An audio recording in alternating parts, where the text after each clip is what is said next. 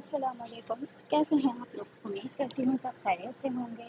تو آج پھر سے میں آپ کے لیے ایک نئی کہانی لے کر آئی ہوں جس کا نام ہے جنونی شوق۔ صبح کا وقت تھا، شہر کی گلیوں میں ہلکی ہلکی ٹھنڈی ہوا چل رہی تھی۔ چاند ابھی بھی آسمان پر تھوڑا سا چمک رہا تھا اور سورج کی پہلی کرن آہستہ آہستہ ہل رہی تھی۔ چڑیوں کی چہچہاہٹ سے ماحول میں ایک نیا جادو تھا۔ ثنا نے اپنی کھڑکی کھولی، گہری سانس لی اور ڈائری کھول کر کچھ الفاظ لکھنے لگی۔ ہر دن ایک نئی امید لے کر آتا ہے، شاید آج کا دن میری زندگی میں کچھ بہترین لے آئے گا۔ ثنا ایک سیدھی سادھی لڑکی تھی جو اپنی ماں کے ساتھ رہتی تھی۔ باپ بہت پہلے ہی گزر گئے تھے اور گھر کی ذمہ داری ماں اور بیٹی دونوں کے کندھوں پر تھی۔ ماں روٹیوں کا آٹا گوندھ رہی تھی اور ثنا مسکرا کر بولی، بیٹا، اللہ تمہیں ہمیشہ کامیاب کرے، پڑھائی پہ دھیان دینا، بس یہی تمہارا اصلی سہارا ہے۔ ثنا کی ماں نے ثنا کو ڈھیر ساری دعائیں دیں اور ایک نصیحت بھی کی۔ ثنا نے کالج کی یونیفارم پہنی، دوپٹہ ٹھیک کیا اور ماں کی دعا لے کر گھر سے نکل گئی۔ راستے میں ہر طرف لوگ اپنے اپنے کام میں مصروف تھے۔ ثنا کو نہ جانے کیوں آج دل میں تھوڑی بے چینی محسوس ہو رہی تھی۔ کالج کا گیٹ سے باہر ایک لڑکا کھڑا تھا، حیدر۔ اس کی نظریں صرف ثنا کو ڈھونڈ رہی تھیں۔ جیسے ہی ثنا نظر آئی، حیدر نے ایک قدم آگے بڑھ کر کہا، ثنا، مجھے تم سے بات کرنی ہے۔ ثنا نے گھبرا کر جواب دیا، تم پھر سے آ گئے؟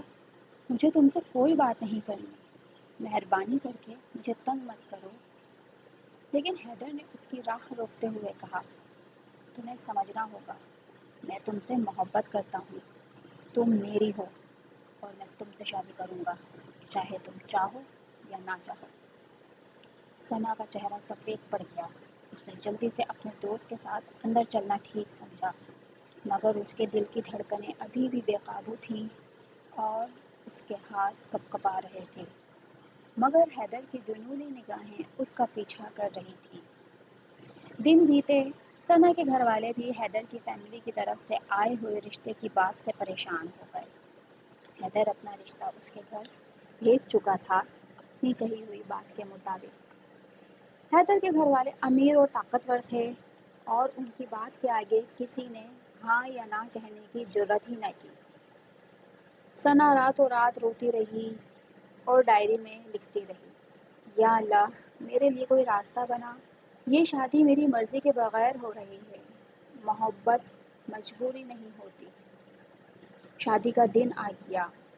یقیناً ثنا کے گھر والے مان گئے اور مجبوراً ہاں کرنی پڑی۔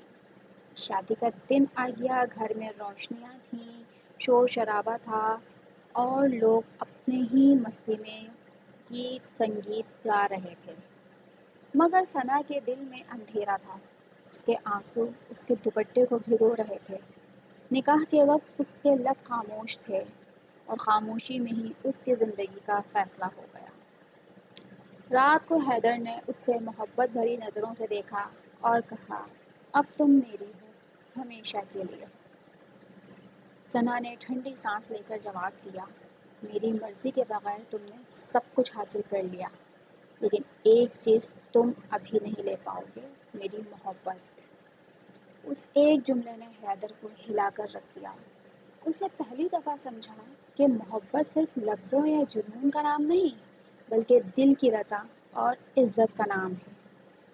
دن گزرتے گئے، حیدر بدل گیا۔ اب وہ ثنا سے کچھ زبردستی نہیں کرتا تھا، بلکہ اس کے انتظار میں رہتا تھا اور ثنا کے دل میں اپنی جگہ بنانے کی کوشش کر رہا تھا۔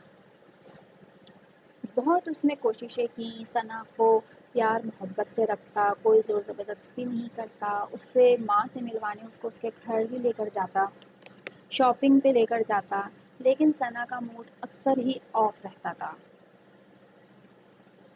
جس دن کسی نے میری مرضی کا عزت کی، اس دن میرا دل اس کی محبت کو پہچان لے گا۔ یہ ثنا کے الفاظ تھے حیدر کے لیے۔ یعنی پوری زندگی بھی گزر جاتی تب بھی شاید ثنا کا دل حیدر کی طرف سے صاف نہ ہوتا، کیونکہ حیدر نے حرکت ہی ایسی کی تھی۔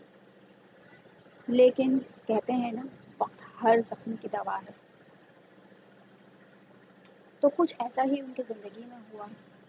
ایک وقت آیا، ثنا کا دل حیدر کی طرف سے صاف ہو گیا، اس کی محبت اس کی نفرت پہ حاوی ہو گئی، اور اس طرح وہ اپنی ہستی بستی زندگی گزارنے لگے۔ اب ان کا ایک بیٹا ہے جو 5 سال کا ہو گیا ہے، اسکول جاتا ہے، اور ان کی زندگی بہت خوشحال سے گزر رہی ہے۔ امید کرتی ہوں آپ کو میری اسٹوری بہت اچھی لگی ہوگی۔ نیکسٹ اسٹوری اور میری ویڈیو کے لیے میرے چینل کو سبسکرائب ضرور کریں اور لائک ضرور کریں۔ بہت شکریہ، اللہ حافظ۔